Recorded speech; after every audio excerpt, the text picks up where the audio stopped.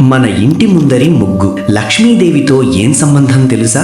వేదాలు, ధర్మశాస్త్రాలు ఒక విషయం స్పష్టంగా చెబుతాయి. శుభ్రత ఉన్న చోటే లక్ష్మీదేవి నివసిస్తుంది. అందుకే ఉదయం బ్రాహ్మ ముహూర్తంలో ఇంటి ముందు నీళ్లు చల్లి ముగ్గు వేయాలని శాస్త్రాలు సూచిస్తాయి. ఇది కేవలం అలంకారం కాదు, ఇది లక్ష్మీదేవిని ఆహ్వానించే విధానం. ముగ్గు పొడిని ఎందుకు వాడతారో తెలుసా? శాస్త్రాల ప్రకారం బియ్యం పొడి, సున్నపు పొడి సాత్విక గుణాన్ని పెంచుతాయి. అందుకే ముగ్గు వేసిన ఇంటి ముందు అశుభ శక్తులు నిలవవు అని వేద సాంప్రదాయం చెబుతుంది. ఇంకో వేద సత్యం, భూమి భూమాత, ముగ్గు ఆమెకు అలంకారం.